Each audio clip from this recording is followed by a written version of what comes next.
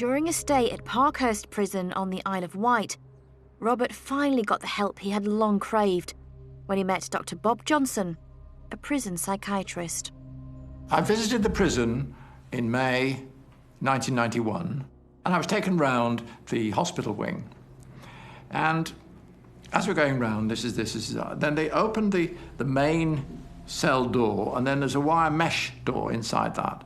And there's this gaunt figure looking like Moses, long, drag hair, miserable as sin, sunken face. So I made a mental note. I thought, that's somebody I'm going to have to work hard to get alongside. And it took me 2 or 3 years to get permission from the senior medical officer to go into the hospital and start sessions with Robert Mawdsley. I overcame his suspicion of people in authority, and he agreed to see me. And initially, it was quite tricky because I saw him in his cell, and he was sitting on his bed near the window, and I sat near the door. And I said, if you frighten me, I'm going. So we started talking about his past and got a bit too close. He said, my palms are getting sweaty. I said, I'm out of the door. Just let me know. And then we had this understanding. And by that time, he had enough interest in me possibly helping him. We got an understanding, that's the key. We got an understanding, and we were working well. What you're wanting to do, you're wanting to get into the room and feel the emotions of the child, but we realised there's certain hazards to actually doing that. But how do we still get in there? How would you describe the progress that you're making? The progress of today, I think you've come more into the room with me, even though we're at a distance. Right.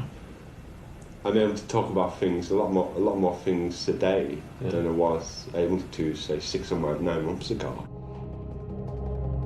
Robert's sessions with Dr. Bob only lasted 2 years. You see, the thing, Bob, well, I say I know in the past when I've tried to sort of face these things. What's the thing?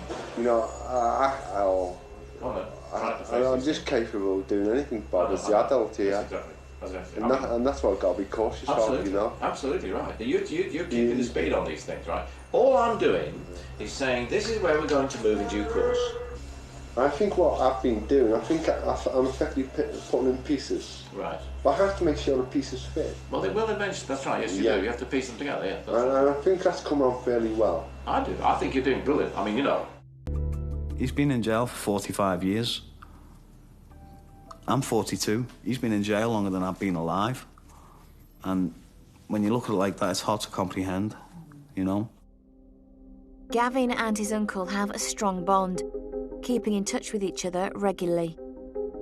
He likes to write us letters, tell me what he's been watching on TV, tell me to catch up on something to watch that he's seen advertised, or ask me if I've seen this movie that he's just watched.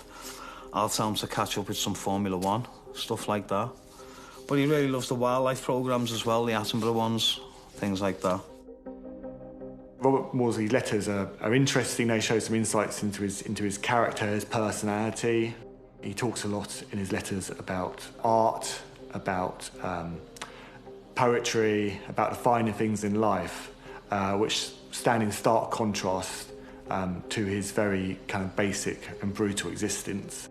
He signs himself off Wolfie because he took on a bit of a nickname, the Wolfman of Wakefield.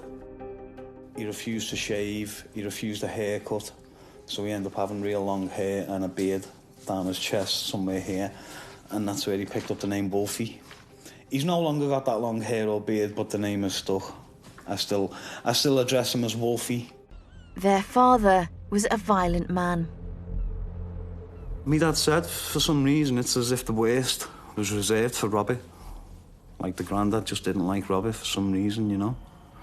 And although they all had a bad time and a rough time, it's like Robert got the worst. I believe there was one time he came into the room with an air rifle cocked, and he broke the air rifle across Robert's back, hit him across the back with it, and broke the air rifle.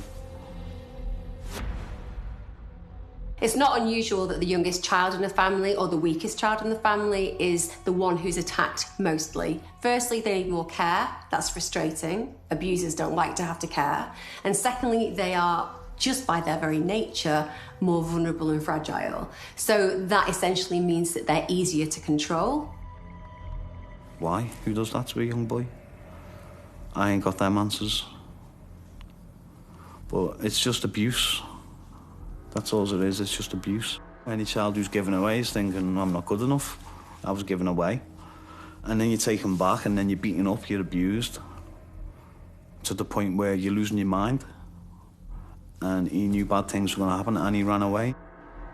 Robert and his elder brothers eventually fled the violence of their parents. Robert was 18. Robert was on his own, his family scattered around the country, getting on with their own lives, with their own families. But he was not forgotten. My dad didn't know where Robert was, and it was only reading the papers that he learned that Robert had killed someone. I knew he was in prison and he'd done wrong, but it was never explained to me when I was a child what he had done, for obvious reasons. And it was when I was around maybe 12, 13 years of age. I was in senior school.